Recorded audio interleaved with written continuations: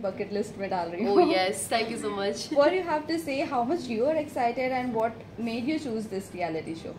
So it's been on my mind for a couple of years since I've been getting calls for Big Boss earlier also, as all of you all know. It was almost there, like I'm going, and then last moment mein, for some reasons I could not do it, or whatever.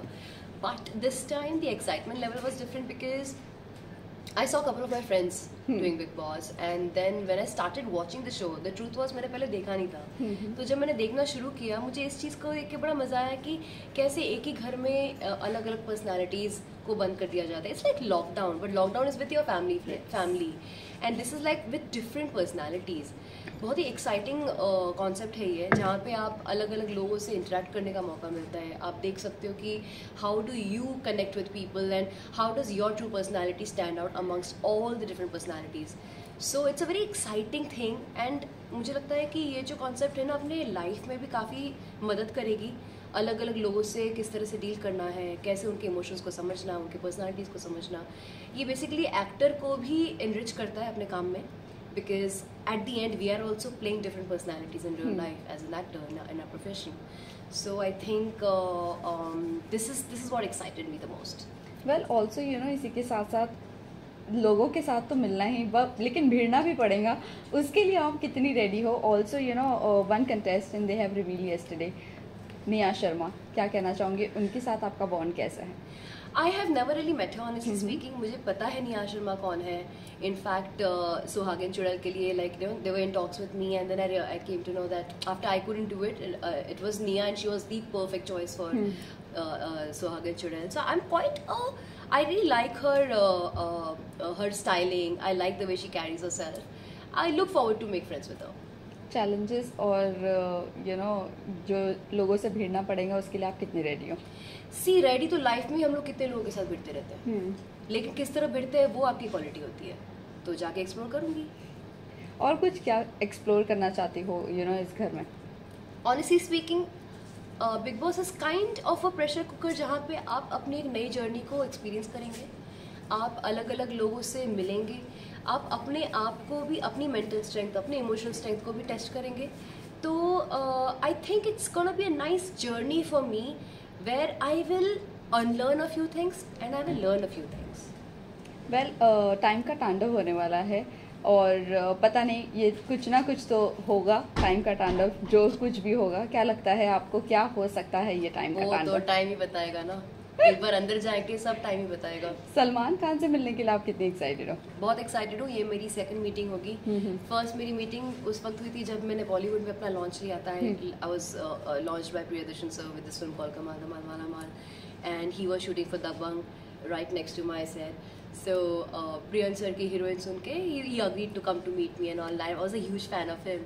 तो मैं उनको मिली and मुझे नहीं पता वो मुझे याद कर पाएंगे कि नहीं, लेकिन बहुत एक्साइटेड उनसे फिर से मिलने के लिए. नायरा, ऑल्सो लोग कभी कभी बिग बॉस इसीलिए चूज़ करते हैं अपने आप को टेस्ट करने के लिए, अपना मेंटल स्ट्रेंथ टेस्ट करने के लिए.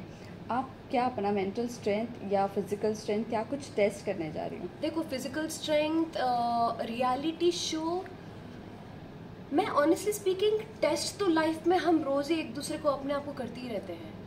ये टेस्टिंग भी होगा, ये रियलाइजेशन भी होगा, और ये कॉन्फिडेंस भी होगा कि मैं इतने अलग अलग लोगों के साथ डील करने की हिम्मत रखती हूँ. तो I think it's more of an experience for me. Experience plus it will lift me in my life, I feel.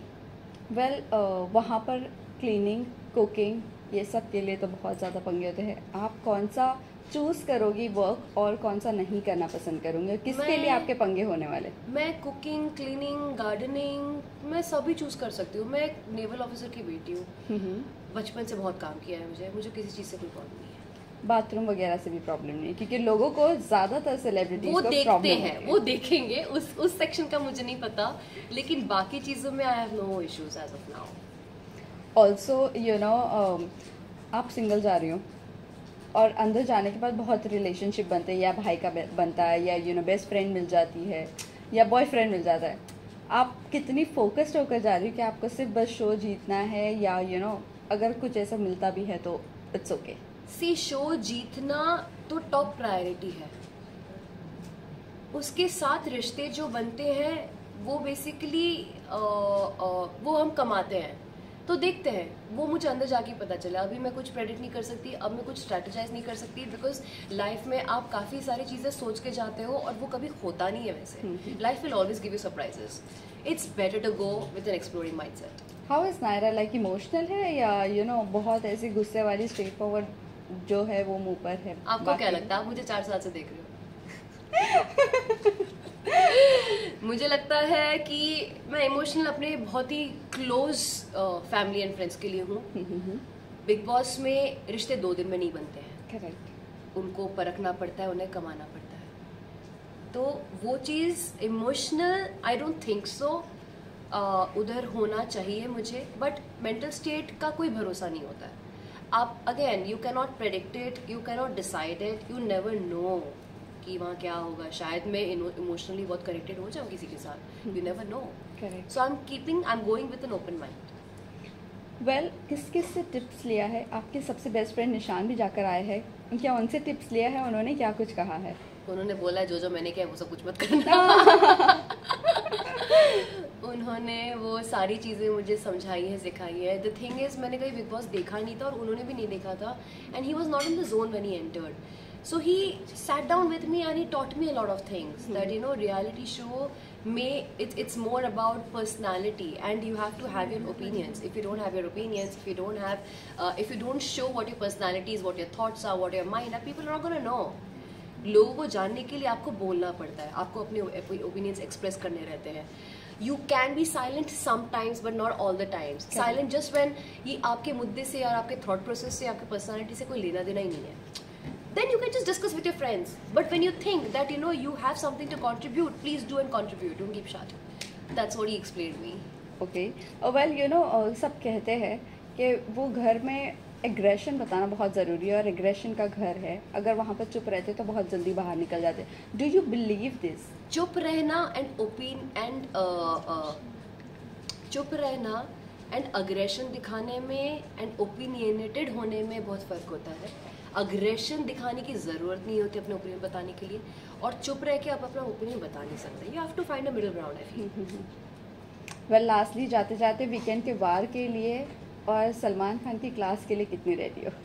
अपन तो हर एक क्लास हर एक वीकेंड के वार के लिए रेडी है भाई. ब्रिंग इट ऑन, देखते क्या करना है. लास्टली फैंस एंड व्यूअर्स को आप क्या कहना चाहोगे? बस आपके आशीर्वाद और आपके वेल विशेस के लिए मैं थैंक यू बोलना चाहती हूँ. And I will definitely try and get the trophy home. And honestly speaking, just want to thank you for all the blessings and all the support that you're going to give me. Naira, one last question. जब इस घर में step in करते हैं, सबसे बड़ा controversial show है, और जब कंटेस्टेंट्स के बारे में कंट्रोवर्सी होती है, so are you ready for that controversies? You have to be ready for anything in life, any which ways. Controversy reality show में हो या रियल लाइफ में हो या पब्लिक में हो या मीडिया में हो, you have to be ready all the time. We are public figures. We are trained with that. Oh, thank you so much.